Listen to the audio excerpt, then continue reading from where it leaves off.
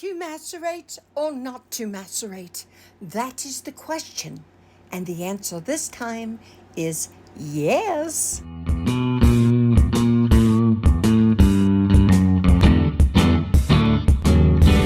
Hey everybody, it's me, Hetty, and we are going to make macerated strawberries today. I just was going to show you in the beginning. Of course, I haven't cut them yet, but I cut off any bad spot. There were very few that had any bad spots, and I hulled them already. So from there, I'm going to go chop these. I'll explain to you why I'm chopping them the way I'm going to chop them. I'm going to slice some, I'm going to chop some, and I'll bring you back when it's time to get the process started. It's been about 15 minutes, and I chopped some and I sliced some.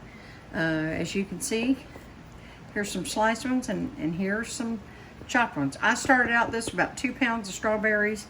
I ended up with a little over 5 cups of strawberries. Good rule of thumb, you're going to be adding sugar. I wouldn't use powdered sugar. Use just regular sugar. I like to use, I've had that discussion with y'all before, I love to use extra fine sugar. Now, good rule of thumb is a tablespoon per cup. If you're right in the middle of summer and you've got the early summer, you know, when they come out starting in May, June, depending on where you live, July, you might not, there's sometimes I use less than just a teaspoon and a half maybe per cup. But these do need it. They're beautiful, they're hearty, they have a nice flavor, they're just not the sweet that I need, especially for what I'm making. So, all you do is put your sugar in, like I said, about a tablespoon per cup. But look, taste your strawberries. Taste your strawberries. That's the only way you're gonna know. Back off, or you know, everybody's different about how they like to have the sugar. If you want less, add less.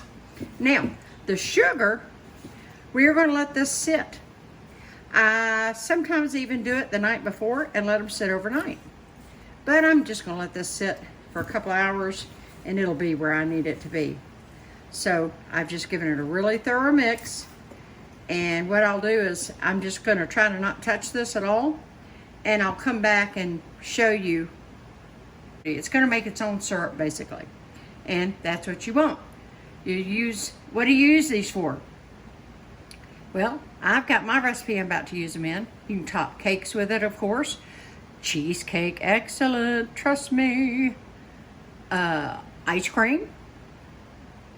I do have a strawberry ice cream topping that I've made in a previous video, but sometimes you might just want to do that. Obviously for shortcakes. So the list goes on and on. They're good. They're even good if you're being really bad. Just get you a small bowl of these and just take a little bit, you know, maybe a tablespoon of heavy cream and drizzle over the top. Oh yeah, really good. Okay, let's let them sit and liquidate, get drenched, get soaked, whatever they're gonna do, which is what they're gonna do.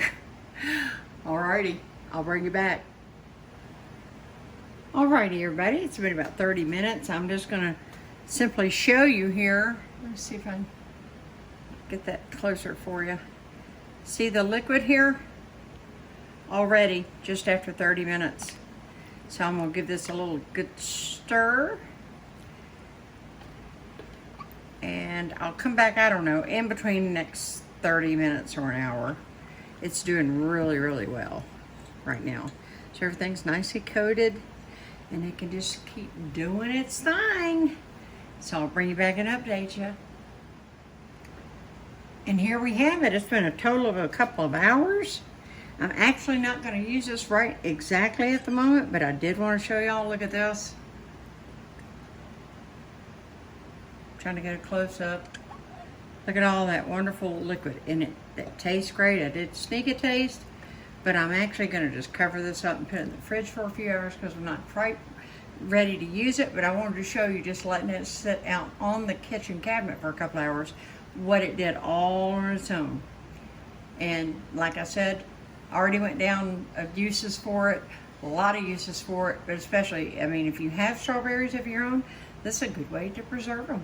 And they'll keep good for several days in the fridge, just covering them up. So there you have it, y'all. I hope you will give these wonderful strawberries a try. A little different than my ice cream topping, but used in many of the same ways. But for what I'm making with this, and you'll see in an upcoming video, you're gonna love it. And you'll see why I did it this way. I'll see y'all next time. Bye.